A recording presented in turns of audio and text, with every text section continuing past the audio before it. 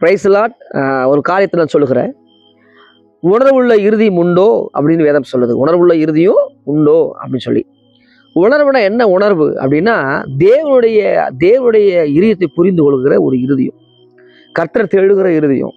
அந்த இறுதி உண்டோன்னு சொல்லி வேதம் என்னன்னு சொல்லுது.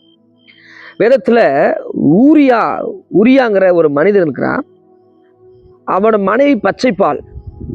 இந்த பச்சைப்பால் குளிக்கும் போது தாவீது என்ன பண்றாரு, மேல் உப்பரையில நடக்கும்போது அந்த பச்சைப்பாலுடைய நிர்மாணத்தை பார்த்தோன்னே அவனுக்குள்ள வந்த இச்சை பச்சைப்பால் எடுத்துக்கிட்டு உரியாவை யுத்தத்துல கொன்றார்.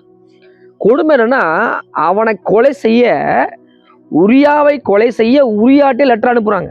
முன்னாடி நிறுத்தி அவனை என்ன கொலை செய்ய சொல்லி தாவீது தேவனுடைய பிள்ளையா இருந்தும் துணிகரமா அந்த வேலையை செய்யறான். தாவீது நம்ம குறித்து எவ்வளவோ மேன்மை சொல்லியிருக்கிறேன். ஆனா இந்த வேதத்துல தாவீதுக்கு வந்த இச்சையின் பாவத்தினால அடுத்தோட மனைவியை இச்சித்து கள்ளத்தொடர்பு, என்ன சொன்னா கள்ளத்தொடர்புன்னு சொல்லுவேன். பச்சைப்பாலுடைய கள்ளத்தொடர்பு வச்சுக்கிட்டு இந்த பாவத்தை அவளோடு பண்ணிட்டு அவன் புருஷனையனா கொலை செய்தான். தாவீது அப்படிப்பட்ட காரியத்தை யாருக்கு தெரியலன்னு நினைச்சதுன்னா தைரியம் இருந்தான். அப்போ நார்த்தான்ங்கிற தீர்க்கதரிசி வராரு. இந்த நார்த்தான் தீர்க்கதரிசி என்ன பண்றாருன்னா, அவனோட ராஜ்யத்துல உட்கார்ந்து இருக்கும் போது உள்ள சிங்காசனத்தை சொல்றாரு, உன்னோட ராஜ்யத்துக்குள்ள ஒரு ஏழை வீட்டுல இருக்கிற ஒரு பெரிய பணக்காரன் 7 வீட்டுல இருக்கிற ஆட்டுக்குட்டிய ஒரே ஒரு ஆடு தான் இருந்தது. அந்த ஆடை என்ன பண்ணான், எடுத்து விருந்து வச்சு சாப்பிட்டான். இது சொன்ன தாவீதுக்கு பயங்கர கோபம். நார்த்தான் தீர்க்கதரிசி அவன் கொல்லப்பட வேண்டும் சொல்லி சத்தமா அவனுடைய உணர்ச்சி பொங்கி இப்ப சத்தம் போடுறாரு. சத்தம் போடுறோன்னே நார்த்தான் தீர்க்கதரிசி சொல்றாரு, அது நீதான் அப்படின்னு சொல்லி அவன் தன் பாவத்தை சுட்டி காட்டுறாரு. சுட்டி காட்டுறான தாவீதுக்கு, உன்னை கொல்லப்படுவேன், நீ செத்து போவேன், தேவோட கோபம் மேல இருக்குன்னு சொல்லிட்டு போயிட்டார். ஆனா தேவ கோபம் ஒரு மனிதனுடைய பாவத்துக்கு தேவனுடைய கோபம் வரும். நான் சொல்லுகிறேன். இன்னைக்கு எது சொல்ல வர்றேன்னா, இன்னைக்கு நடக்கிற மீடியாஸ்ல பார்க்கும்போது ஒரு சகோதரர் அப்படியே அழுகிறார், பார்க்க முடியல. தன் மனைவியோட வேறொருத்தனை கூட இருக்கிறத அவர் கண் கூட பார்க்கிறார். அவர் சொல்றாரு, சுமார் 2 வருஷமா தன் மனைவியை நேசிச்சு, அவர் மனைவி தனியா இருந்திருக்காங்க. ஆனா அவர் தப்புன்னு கண்டுபிடிச்சுமே என்ன பண்ண இருக்காரு, ட்ரூவா நேசிச்சிருக்காரு. அப்போ நேசிச்சு ஒரு குழந்தை இருக்குது அவங்களுக்கு. குழந்தைக்கு அம்மா வேணும்னு சொல்லி அவர் என்ன பண்றாரு, மறுபடியும் அந்த அன்புல மறுபடியும் தன் மனைவி போய் தேடுறாரு. போய் பார்த்தா அவங்க என்ன பண்றாங்க, தனியா ஒரு ரூம் எடுத்து தங்கி இருக்கிறாங்க. அவன் ட்ரெஸ்ஸு அதெல்லாம் பார்க்கும்போது ரொம்ப வருத்தத்துடைய காரியம். கட்டின கணவனுக்கு எப்படி இருக்குங்க துரோகம் பண்ணும்போது, அது அறைக்குள்ளாக 2 பேர் இருக்கும்போது அந்த புருஷனுடைய மனநிலைமை எப்படி இருக்கும்? ஐயோ, அது மரணத்தோட கொடுமை. என்னங்க, மரணத்தோட கொடுமை. தேவ ஜனமே, தேவ பிள்ளைகளை இச்சை ஒரு பாவத்தை பிறவிக்குது. ஒரு தாவீதுக்குள்ள இச்சை உப்பரிகளை போய் நிக்கிற ஒரு உப்பரிகளை உலாவுறான். அவனை போக வேண்டிய இடம் யுத்தத்துக்கு. ஆனா அவன் உப்பரிகை மொட்டை மாடியில போய் வேடிக்கை பார்க்கறான்.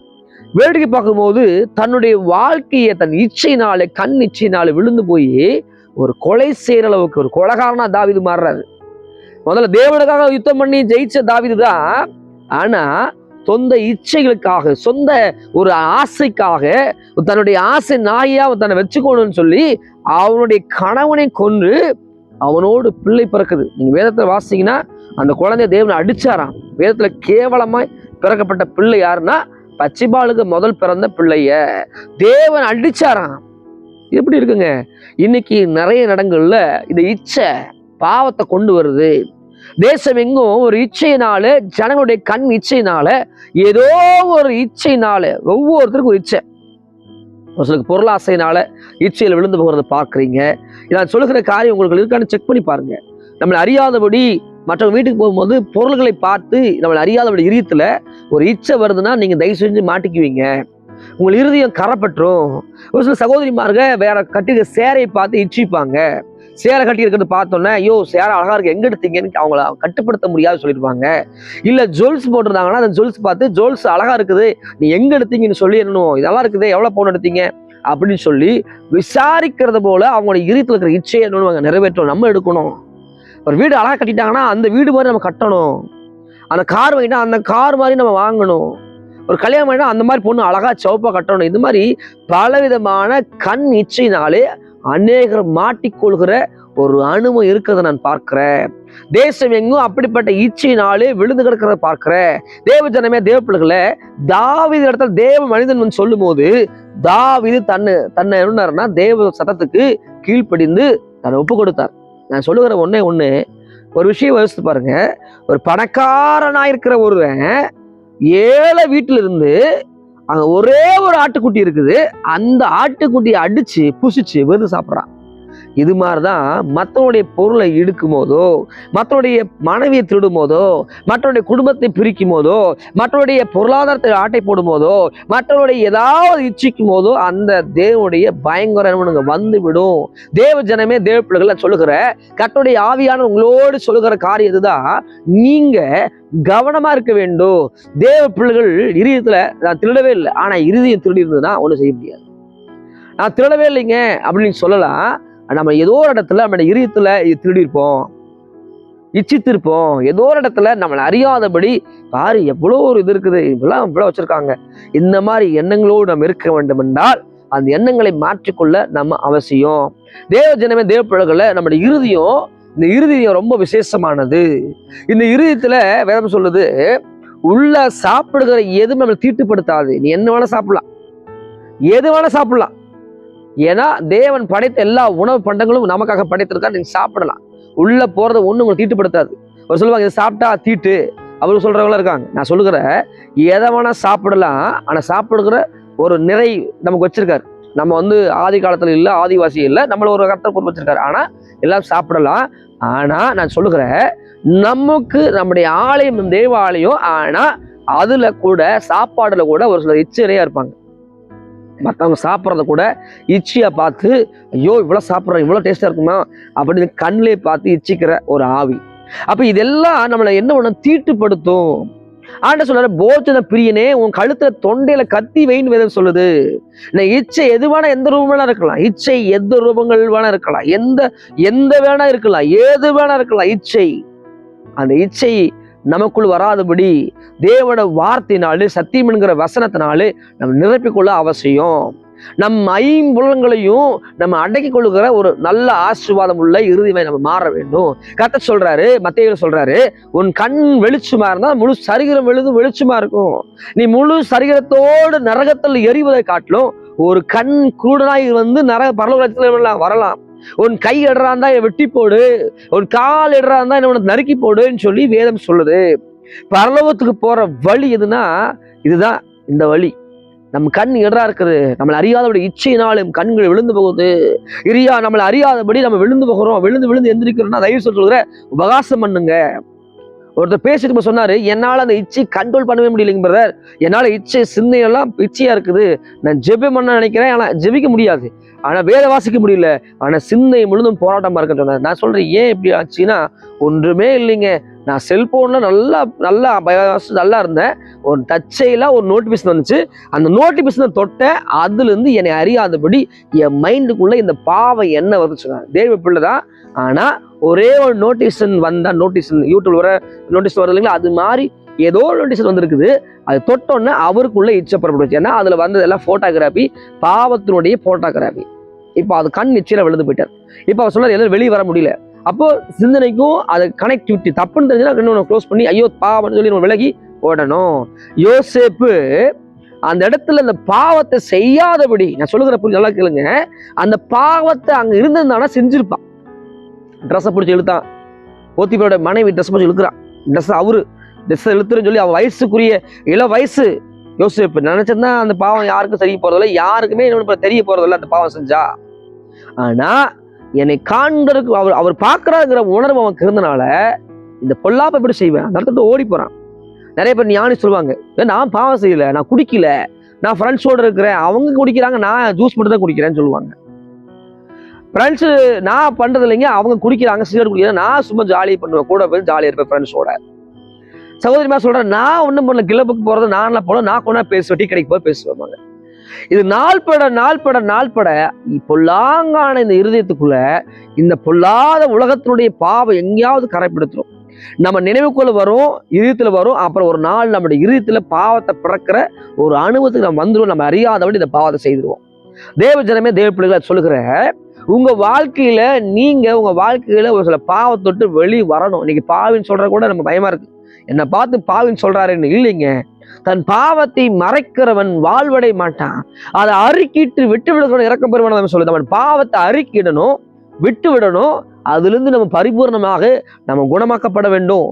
ஆத்மாவில் கரைதலில்லாத ஒரு வாழ்க்கை வேண்டும். இந்த சரீரத்துல சரீரம் எவ்வளவு கண் வெளிச்சமா இருக்குதோ, சரீரம் எவ்வளவு உறுப்பு எல்லாம் முக்கியமோ, அதே போல நம்முடைய ஆலயம், நம்ம கர்த்தருடைய ஆலயமா இருக்கிறோம். நமக்குள்ள ஆத்மா இருக்குது, சரீரம் இருக்குது.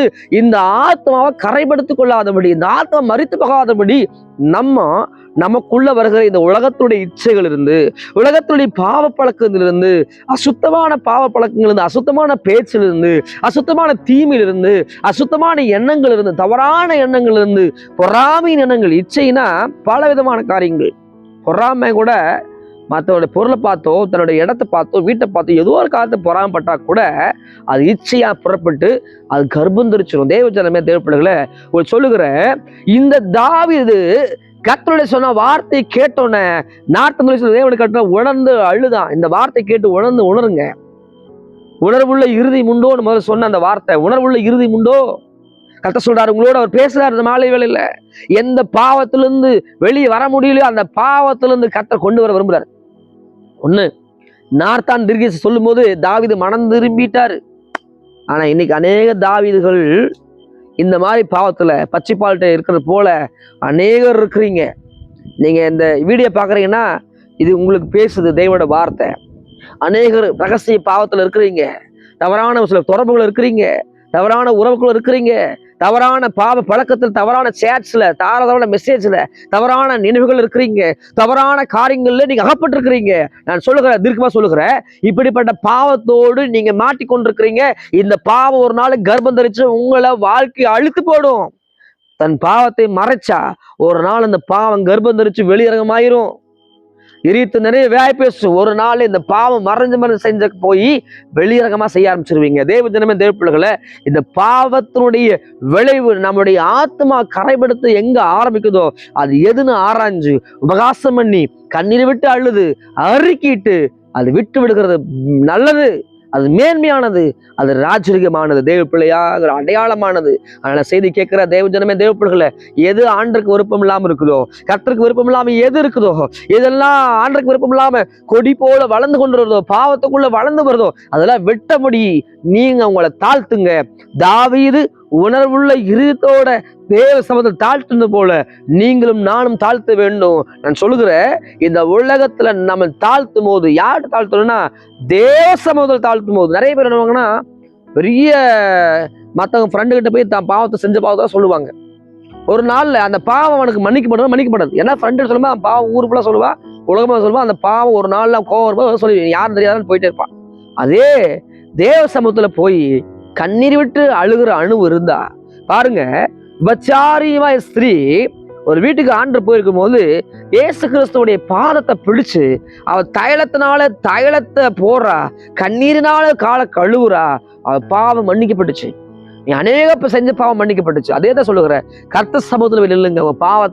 உங்க பாவம் தேவன் அதை மன்னிப்பாரு.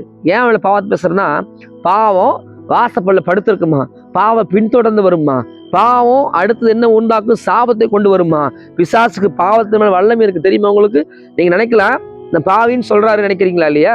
நீங்க என்ன பாவம் செய்றீங்களோ அந்த பாவத்தின் மேல உங்க மேல அவனுக்கு அதிகாரம் இருக்குது.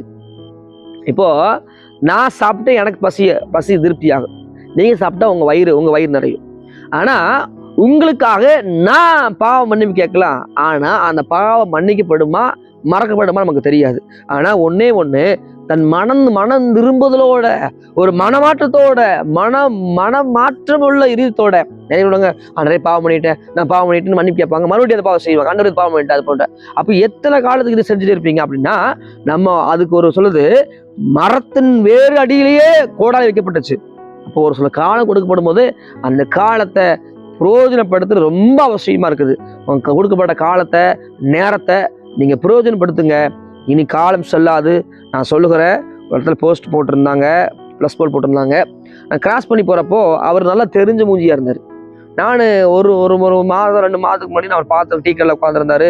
அதுக்கப்புறம் அந்த ஒரு அம்மா போட்டோ போஸ்ட் அவங்க நான் பார்த்துருக்குறேன். அப்போ நான் நினைச்சேன், மனுஷனுடைய வாழ்க்கை மாயமானது. அவங்க போன மாதம் இருந்தவங்க இந்த மாசம் இல்ல, பிளஸ் போடா இருக்கிறாங்க.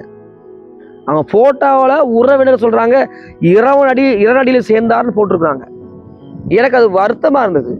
எப்படின்னா, ஒரு மனுஷன் வாழ்க்கை இவ்வளவுதானா அப்படிங்கிற மாதிரி இருந்தது. என்னடா வாழ்க்கை அப்படிங்கிற மாதிரி இருக்கு. நம்ம எதெல்லாம் என்னுடையது, எது நம்மளுங்கிறோமோ அதெல்லாம் நம்மளுது இல்ல. எதையும் கொண்டு போக முடியாது. பார்க்குற தேவ ஜனமே, தேவ பிள்ளை, நல்ல கார் வச்சிருக்கிற, நல்ல வீடு கட்டியிருக்கிற, அழகான மனைவி இருக்கலாம், அழகான 2 பிள்ளை இருக்கிற, எதையும் கொண்டு போக முடியாது. நீங்க யோசிச்சு பாருங்க, நீங்க மறிக்கும் போது உங்க நெத்தியில ₹1 காசு வச்சிருப்பா, அதை கூட என்ன பண்ணுவானா எடுத்துருவாங்க. எதையுமே கொண்டு போது மண்ணான மனிதன் மண்ணுக்கு திரும்புவான். ஆனா இந்த ஆத்மா மண்ணுக்கு போகாது, நித்தியத்துக்கு போகும், நரகத்துக்கு போகும். நீங்க எது போக உங்களோட ஆத்மாவுக்கு நீங்க வச்சிருக்கிறீங்க? எதை சம்பாதிச்சு வச்சிருக்கீங்க? பாவத்தை சம்பாதிச்சு வச்சிருக்கீங்கன்னா தயவு செஞ்சு மன்னிப்பு கேளுங்க. பரிசுத்தமான அந்த ஜீவத்துக்கு நேரா, புண்ணியத்துக்கு நேரா, நல்ல கர்மவினை பாவம் சொல்லுவாங்க. உலகத்தை சொல்லுவாங்க கர்மவினை பாவங்கள். அது பின்தொடர்ந்து வருதான்னு பார்க்கணும். கர்மவினை பாவங்கள் நம்மளுடைய இலைகளை பின்தொடர்ந்து வருதான்னு பார்க்கணும். இந்த கர்மவினை பாவங்கள் நம்மளை பின்தொடரக்கூடாது. இந்த பாவ அருவருப்புகள் சாபங்கள் பின்தொடரக்கூடாது. அந்த பாவம் வாசப்பல்ல படுத்திருக்கும்.